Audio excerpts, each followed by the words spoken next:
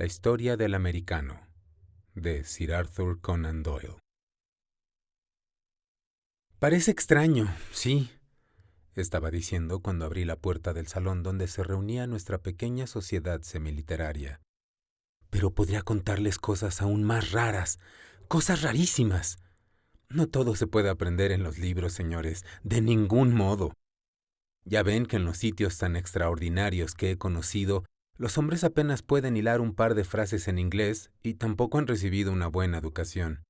En general son toscos, señores, casi incapaces de hablar como es debido y mucho menos de coger pluma y tintero para contar las cosas que han visto. Pero, si pudieran, los dejarían mudos de asombro, señores, no lo duden.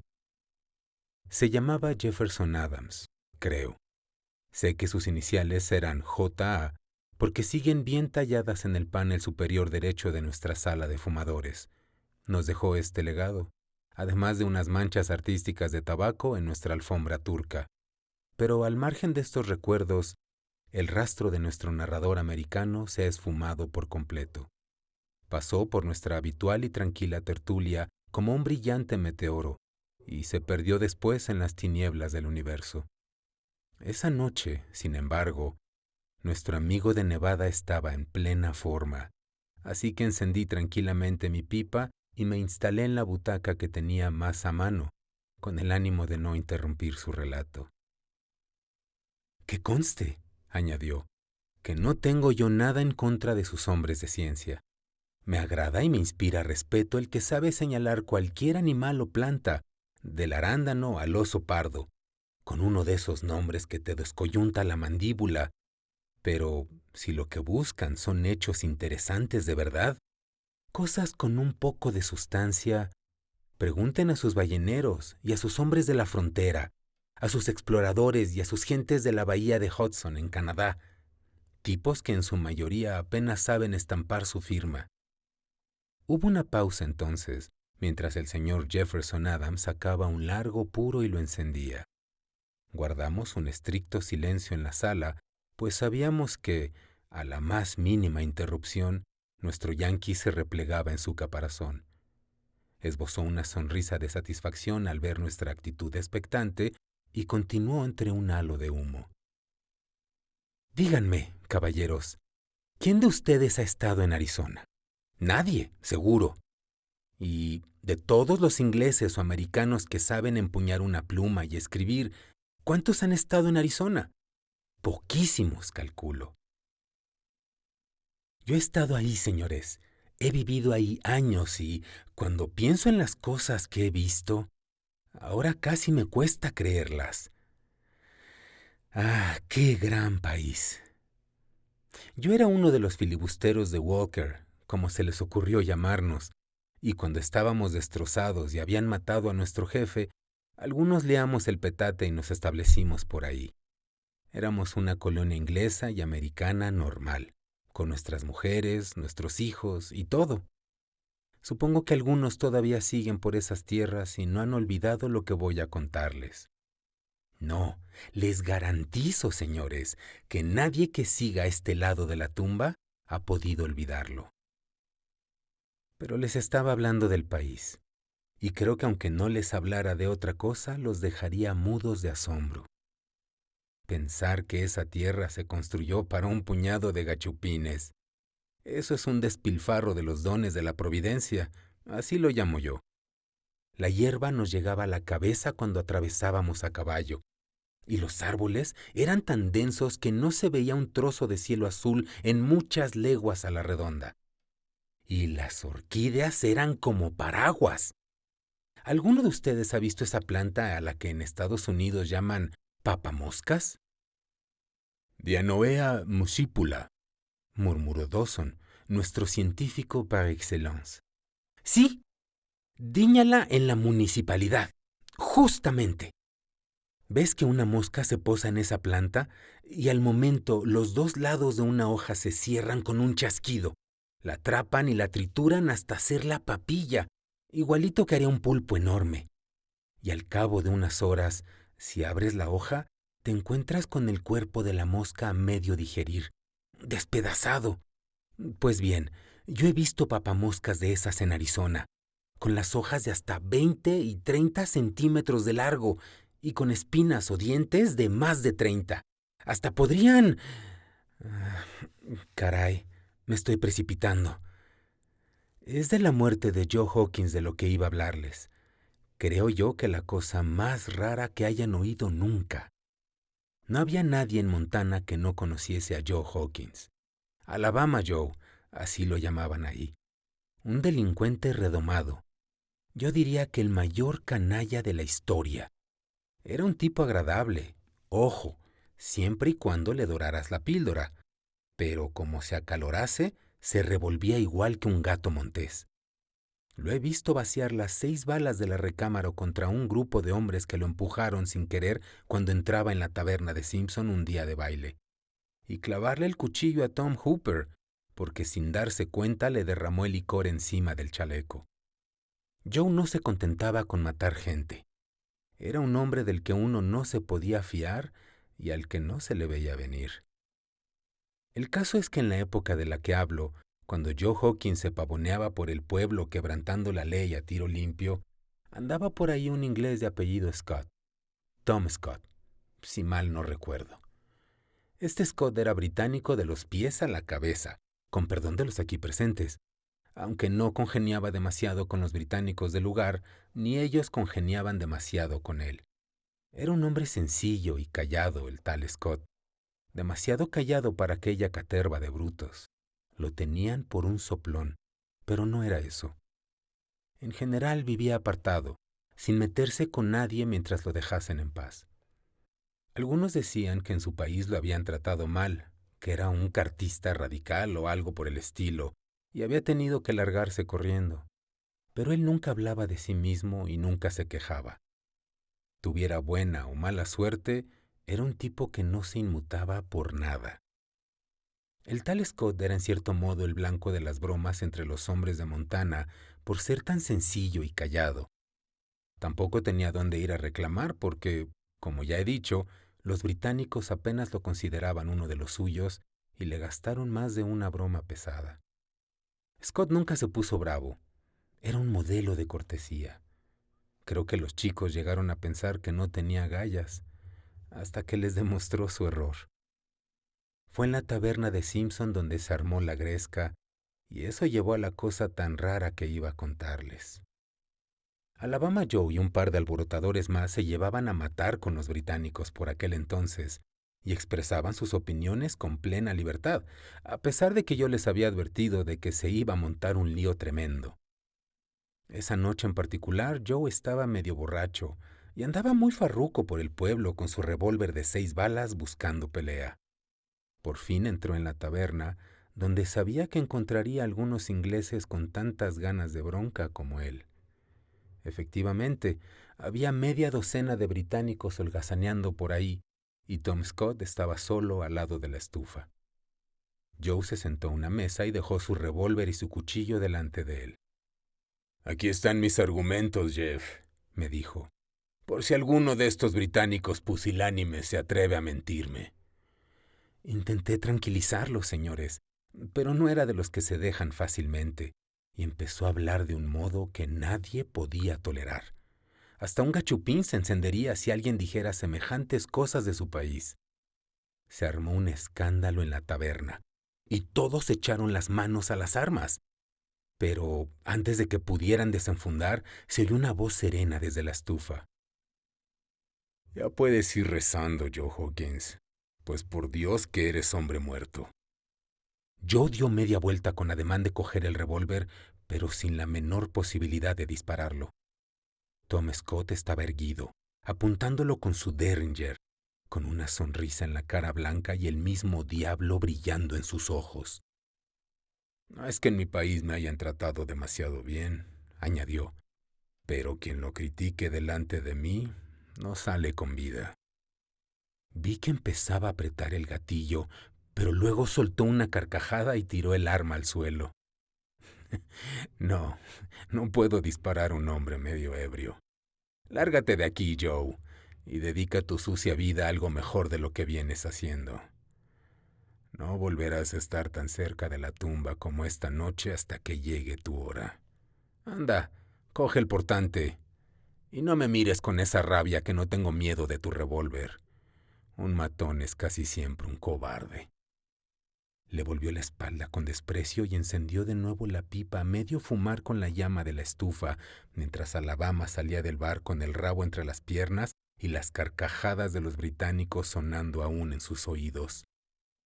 Lo miré a la cara cuando pasó a mi lado y vi en ella, señores, el ansia de matar, clara como jamás había visto nada en la vida. Me quedé en el bar después del altercado, mientras Tom Scott estrechaba la mano de los parroquianos. Se me hizo raro verlo tan alegre y risueño, pues sabía que Joe era un hombre de carácter sanguinario y que el inglés no tenía muchas posibilidades de volver a ver la luz de la mañana. Vivía en un lugar algo retirado, a los pies de las vías del tren, y tenía que pasar por el barranco de las Papamoscas para llegar a casa.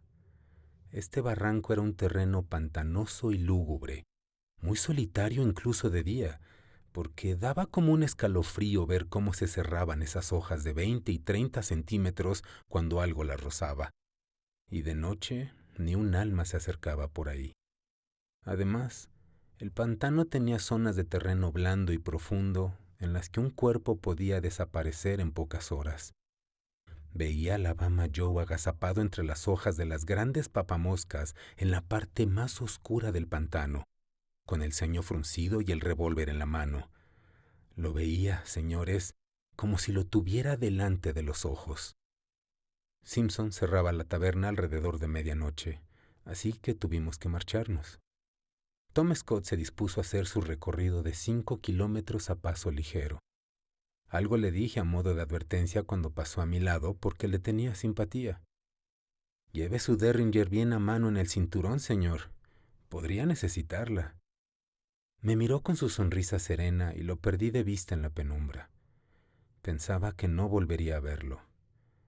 Acababa de irse Scott cuando viene y me dice Simpson: «Esta noche habrá follón en el barranco de las Papamoscas, Jeff.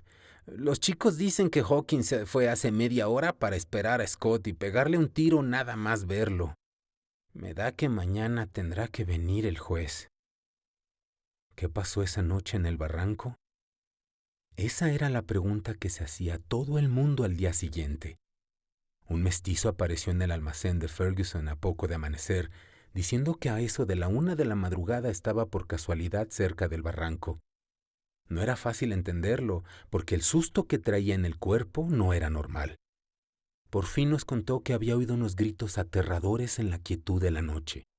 No hubo disparos, solo gritos, sofocados, como si a un hombre le hubieran puesto una manta en la cabeza y eran de dolor mortal. Abner Brandon y yo, con unos cuantos más, estábamos en el almacén en ese momento, así que montamos los caballos y fuimos hacia casa de Scott, pasando por el barranco de camino. No vimos nada que llamara la atención, ni sangre, ni señales de pelea, ni nada. Y cuando llegamos a casa de Scott, ahí que sale a recibirnos, tan campante. «Hola, Jeff», dice. «Al final no me hizo falta la pistola. Entrad y echad un trago, amigos». «¿Oíste o viste algo anoche cuando volvías a casa?», le pregunté. «No, todo estaba muy tranquilo. Solo unos gemidos en el barranco de las Papamoscas, como de una lechuza, nada más.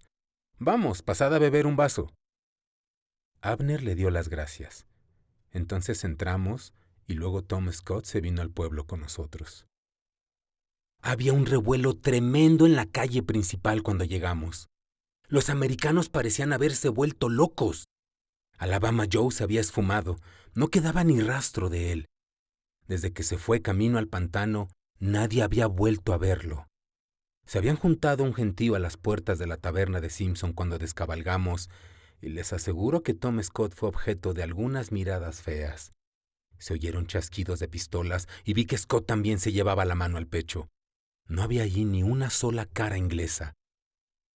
«No te metas en esto, Jeff Adams», me dice Seb Humphrey, un sinvergüenza de tomo y lomo.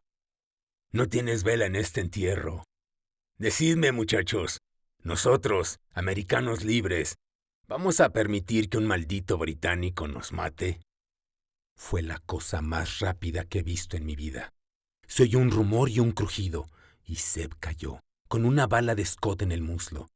Y el propio Scott se vio en tierra con media docena de hombres encima. No servía de nada luchar, así que se quedó quieto. Al principio no estaban seguros de qué hacer con él, hasta que uno de los compinches de Alabama, su mejor amigo, los convenció. Joe ha desaparecido, dijo, y está claro que aquí tenemos al hombre que lo ha matado. Algunos sabéis que Joe fue a hacer negocios al barranco anoche y no volvió. Ese británico pasó por el barranco después de Joe. Se pelearon y se oyeron gritos entre los papamoscas. Yo creo que ese le ha jugado una mala pasada y lo ha tirado al pantano. No es raro que el cuerpo haya desaparecido. Pero, ¿vamos a quedarnos de brazos cruzados viendo cómo los ingleses matan a nuestros amigos? Yo diría que no. Que lo juzgue el juez Lynch. Eso es lo que propongo. ¡Linchadlo!, gritaron 100 voces airadas, pues para entonces hasta el último mono del poblado nos rodeaba. ¡Vamos, chicos! ¡Traed una soga y ahorcadlo! ¡Metedlo en la taberna de Simpson! Espera, dijo uno dando un paso firme. Mejor lo llevamos al barranco y lo colgamos de esa papamoscas grande. Que Joe vea cómo lo vengamos, si es que está enterrado por ahí. Vitorearon la propuesta y allá que se fueron, con Scott atado a su Mustang en el centro del grupo y una guardia de hombres a caballo con las armas amartilladas alrededor de él. Porque supimos que había unos 20 británicos cerca que por lo visto no sabían quién era el juez Lynch y estaban dispuestos a dar batalla. Me fui con ellos, penando por Scott. A pesar de que no parecía nada alterado, era valiente hasta la médula. Suena raro, señores, lo de colgar a un hombre de una papamoscas, pero es que las nuestras no eran un árbol normal y tenían las hojas como maromas de barco, con un gozne entre medias y espinas dentro. Bajamos por el barranco hasta el punto donde crece la papamoscas más grande y la divisamos a lo lejos, con algunas hojas abiertas y otras cerradas. Pero vimos algo peor que eso. Alrededor del árbol había unos 30 hombres, británicos todos, armados hasta los dientes. Era evidente que nos estaban esperando, muy serios, como si hubieran ido a hacer algo concreto, dispuestos a salirse con la suya. Había materia prima para una escaramuza de las buenas. Cuando nos acercamos, un escocés grande y de barba roja, Cameron se llamaba, se plantó delante del grupo con el revólver amartillado en la mano. «Veréis, muchachos», dijo. «No se os ocurra tocarle ni un pelo a ese hombre. Aún no habéis demostrado que Joe esté muerto y, aunque así fuera, no habéis demostrado que Scott lo mató. Si lo hubiera hecho, habría sido en defensa propia, porque todos sabéis que Joe lo estaba esperando para matarlo en cuanto lo viese. Así que, os lo repito, no hagáis daño a ese hombre. Es más, tengo 30 argumentos cargados con 6 balas cada uno para oponerme a lo que hagáis». «Es un argumento interesante y merece la pena discutirlo», contestó el compinche de Joe Alabama. Chasquearon las pistolas, centellaron los cuchillos y los dos bandos formaron frente a frente. Y todo indicaba que el índice de mortalidad iba a elevarse en Montana. Scott estaba en pie, con un revólver apuntándole en la oreja para que no se moviera y un aire tranquilo y sereno, como si la cosa no fuera con él, cuando de repente da un respingo y un grito que resonó en todos los oídos como una trompeta. «¡Es Joe!», gritó. «¡Es Joe! ¡Miradlo! ¡Está en la papamoscas!». Todos nos volvimos a mirar hacia donde señalaba. Dios mío, creo que nunca podremos olvidar la escena. Una de las enormes hojas de la planta, que estaba cerrada y rozando la tierra, abrió sus goznes poco a poco. Dentro, acurrucado como un niño en la cuna, estaba Alabama Joe, en el hueco de la hoja. Las grandes espinas le habían atravesado lentamente el corazón al cerrarse sobre él. Vimos que había intentado escapar porque había un corte en la carne de la hoja gruesa. Y Joe tenía el cuchillo en la mano, pero la planta lo había asfixiado primero. Debió de echarse al suelo debajo de ella probablemente para protegerse de la humedad mientras esperaba a Scott, y las hojas se lo tragaron, como han visto ustedes que se tragan a una mosca en un invernadero. Y ahí seguía cuando lo encontramos, desgarrado, hecho pulpa por los enormes dientes de sierra de la planta carnívora. Creo, señores, que me reconocerán que es una historia curiosa. ¿Y qué fue de Scott?, preguntó Jack Sinclair. Pues lo llevamos a hombros hasta la taberna de Simpson y nos invitó a una ronda. También pronunció un discurso desde la barra, un discurso espléndido. Dijo algo así como que el león británico y el águila americana algún día marcharían codo con codo para siempre. Y ahora, señores, el relato ha sido largo y se me ha consumado el cigarro. Así que creo que voy a coger el portante antes de que se me haga tarde. Y, con un buenas noches, abandonó la sala. ¡Qué historia tan extraordinaria!, exclamó Dawson. ¿Quién iba a imaginarse que una Dianoea tuviera ese poder? Extraña como nada, dijo el joven Sinclair. Está claro que es un hombre realista y veraz, señaló el doctor. O el mentiroso más original que ha pisado este mundo, contesté. Sigo sin saberlo.